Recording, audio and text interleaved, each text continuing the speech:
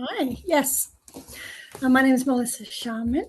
I'm a writer and have just released The Beauty of Broken Things through Hawkeye Publishing just a few weeks ago, so it's fairly new to me. I do a few other things in life. I also work as a DV practitioner and run a few nonprofits, but my passion is writing, definitely. Excellent, excellent. Do you, before we started recording, you did mention that you're working full time. Do you have a routine for your creative work? I do. I sort of have to really carve out the time since, there is a 9 to 5 there. And as much as I'd love to drop everything and become a writer full time, it's just, you've got to make it work. And I feel like a lot of the time, what I do for work and life is inspiration for writing as well. So that works. I suppose what I usually do is at nights, I'll often just spend an hour or two, lock myself away in the office and write. I'm also a big fan of the writers' events with Writers Queensland, where they will have a few hours carved out with the Pomodoro method, and I will just go and, drop a good 5,000 to 10,000 words on a Saturday or a Sunday. So it is hard, but it's important, and it doesn't come easy, but Yeah. you fit in what you Yeah. can. Yeah. So with the Queensland Writers Centre events, are they like full day events to just turn up and just do your writing Pomodoro style or? Yeah, well, they're 3 or 4 hours. So they start at 9 o'clock on a Saturday or a Sunday or a Friday, and they're usually held at libraries. So they're great times where writers can sit sort of, and I think sometimes getting out of the house where you've got notifications coming in and people who want your time and attention, and just carving that little bit of space out is super important. And I think also being with other writers who are sitting down and really putting the work in. I think 3 or 4 hours is a really good time just to hit it with all the energy and see what you come up with. Yeah. I'm so curious about these events. So is someone sitting there with a timer going like your 25 minutes is up, like 5 minute break? Yeah.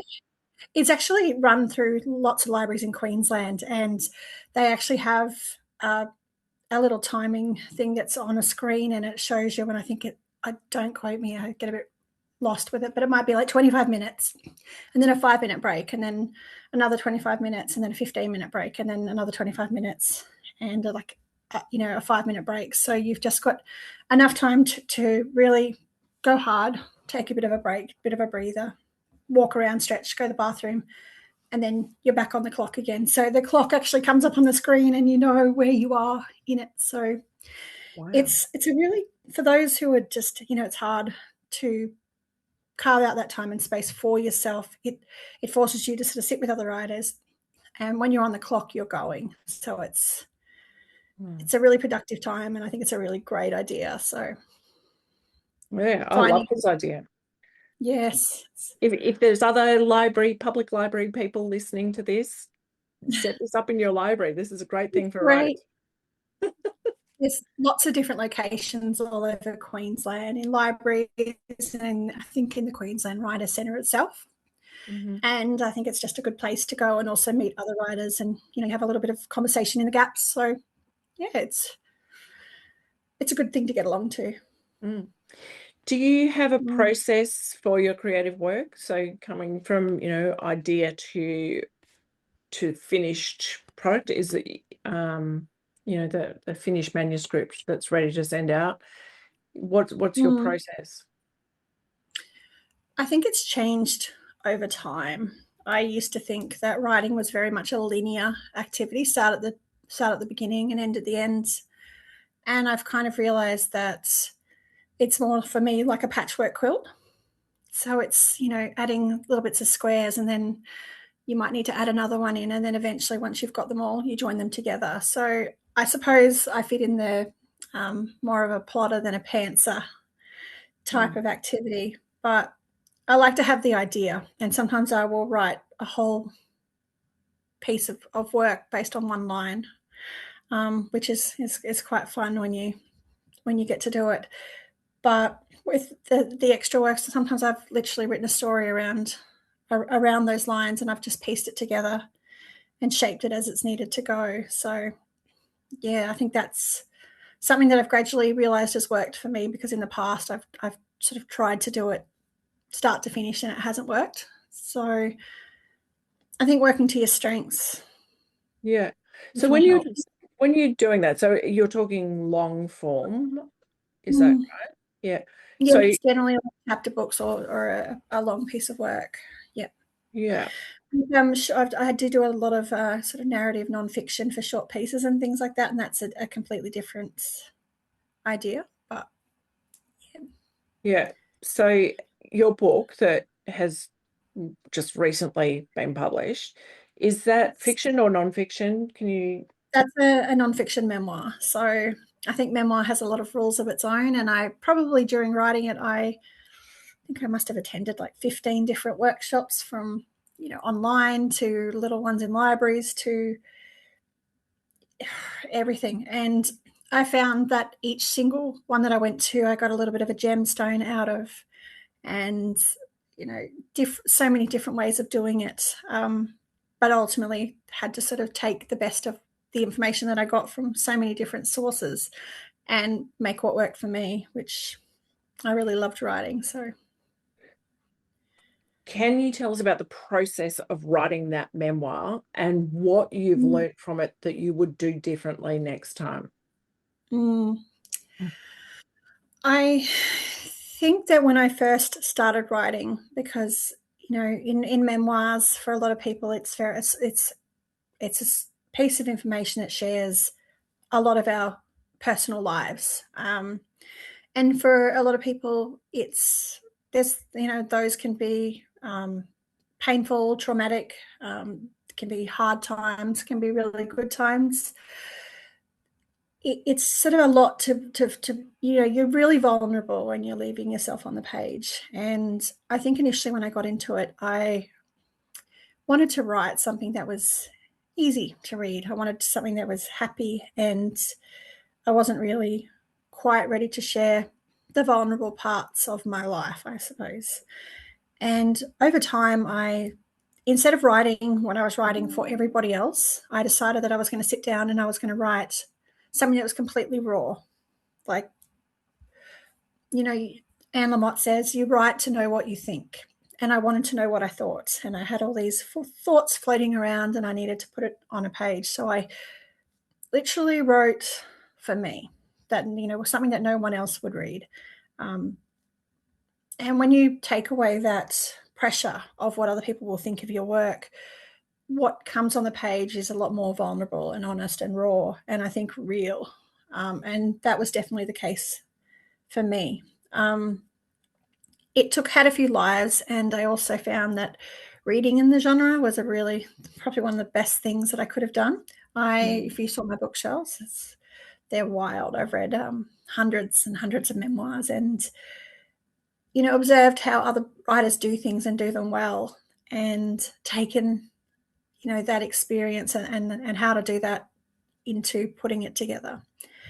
I think that particularly in a memoir, there is like a few basic ways to sort of get through, and the structures, and that's one thing. But I realized that with memoir, it's not about having a good story. And I think that's what I was worried about, that I'd have a good story, but I wouldn't have the skill or the voice to be able to write it.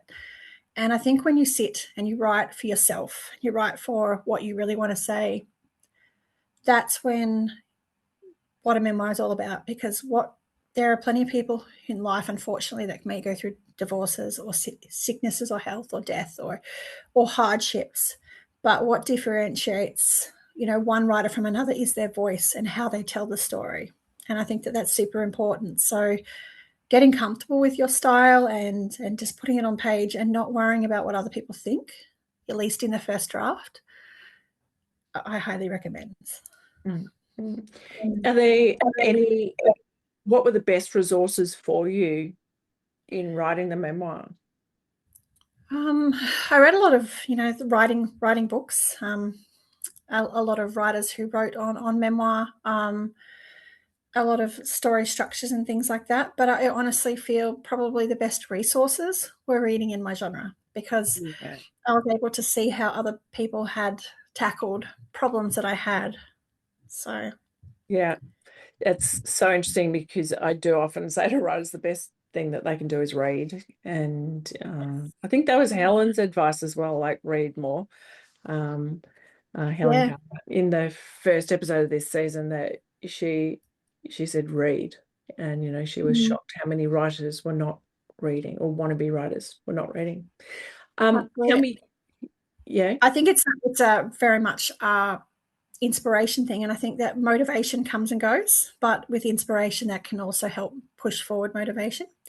And I used to think that the time that I invested into, whether it be looking at art, whether it be reading about people's psychology or human issues or things that were inspiring to the story, or other people's books, to read that, one of these other writers, she said to me, it's very much about, the writing process isn't just the time that you sit down to put pen on paper or fingers on keyboards. It is the imagining, the understanding, the research, the thought that goes into it, that is part of the writing process. So I learned to embrace that, rather than going, well, shouldn't be reading, and I shouldn't be looking at art, and I shouldn't be doing all these different things because it's not writing, but it is part of the artistic process. Mm, mm. I think it's that cup filling stuff as well that It is, yeah. we're learning from. Even just like looking at art is so great for us as writers, as you just said.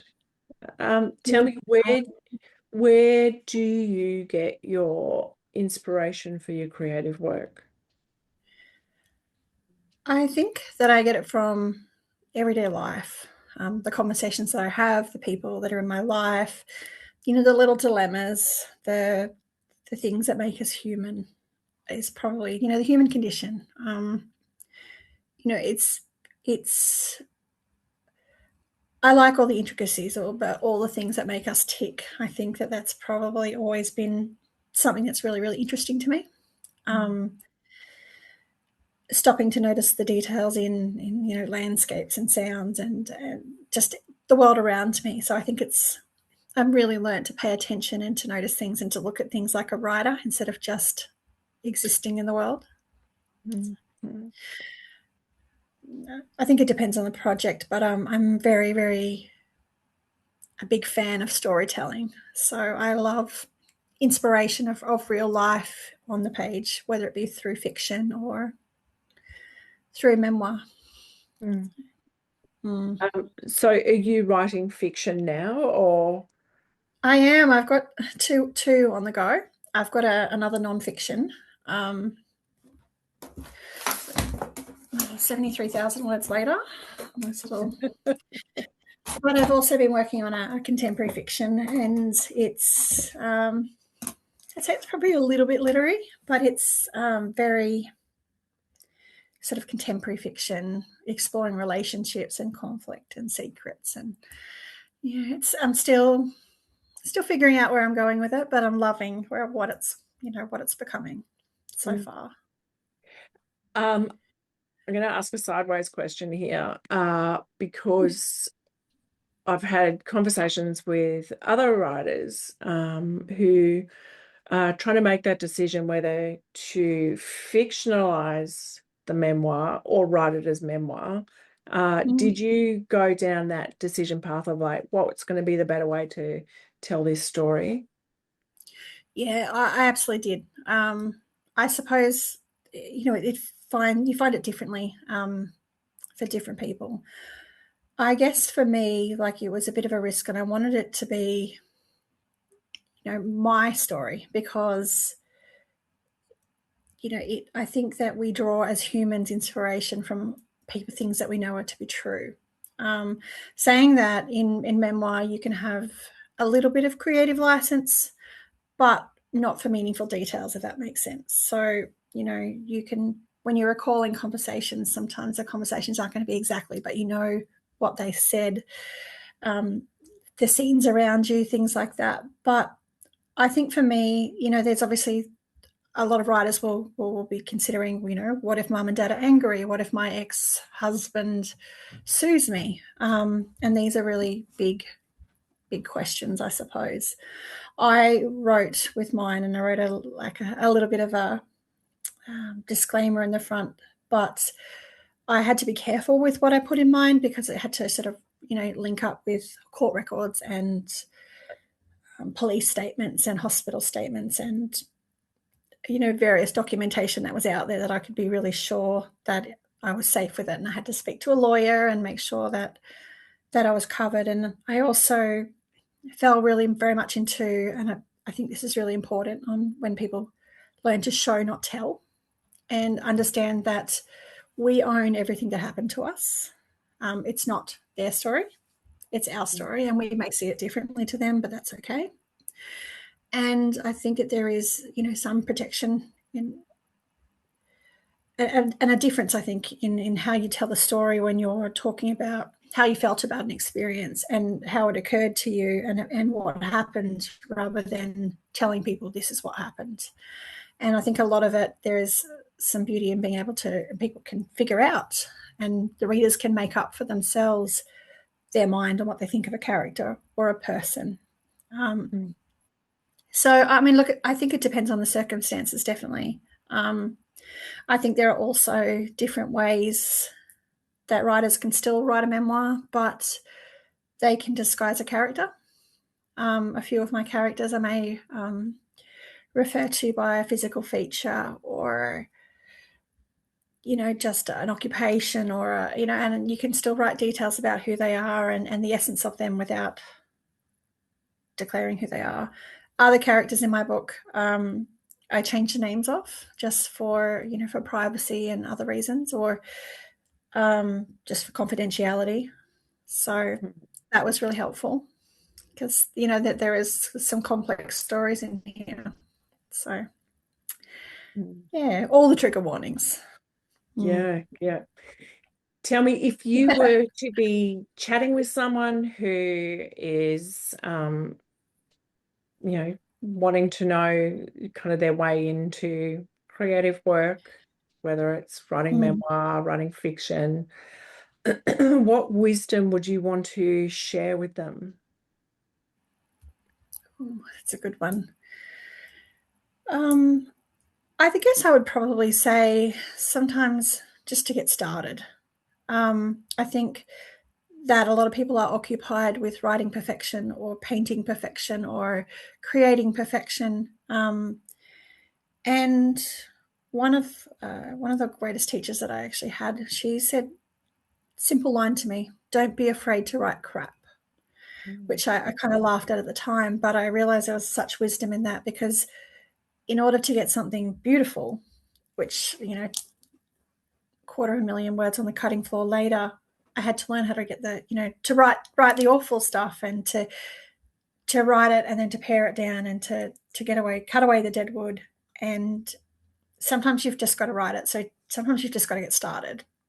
And the piece that you're most proud of might be, it might take a while to get there, and it will probably be the next one and the next one and the next one, because you get better at your craft and your art. So just get started, do something.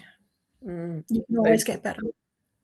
Such good advice, because we can talk about doing the thing for a very long time and not do anything with it. But getting started is, and be prepared to write crap. I love that.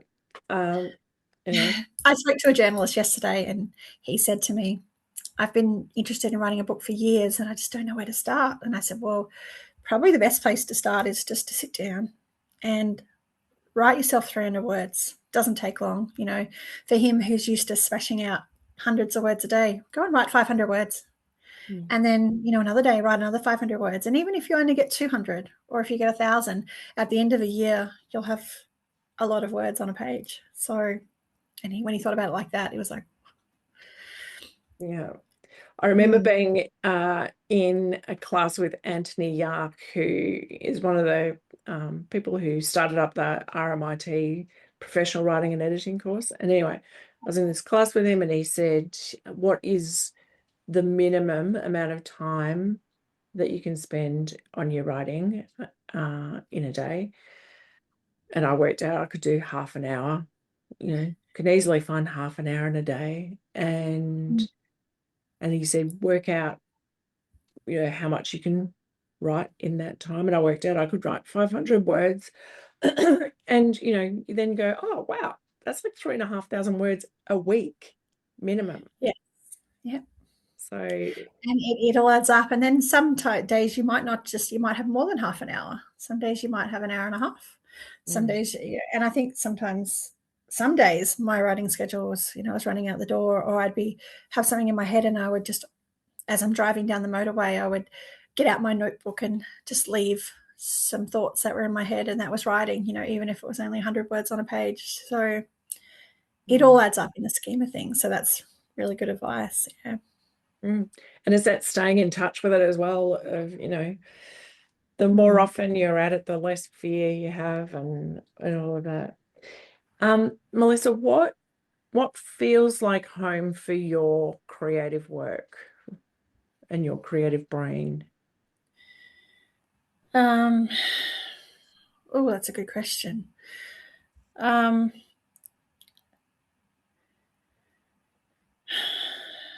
Do you mean in as like a setting, or just in the way of writing, or just anything? Anything. What feels like home?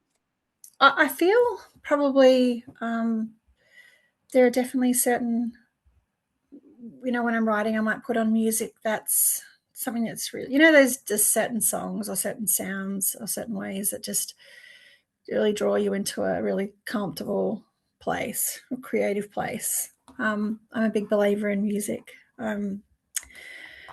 I love having beautiful things around me. So I love having, an office with a place that just feels comfortable to write in, I suppose.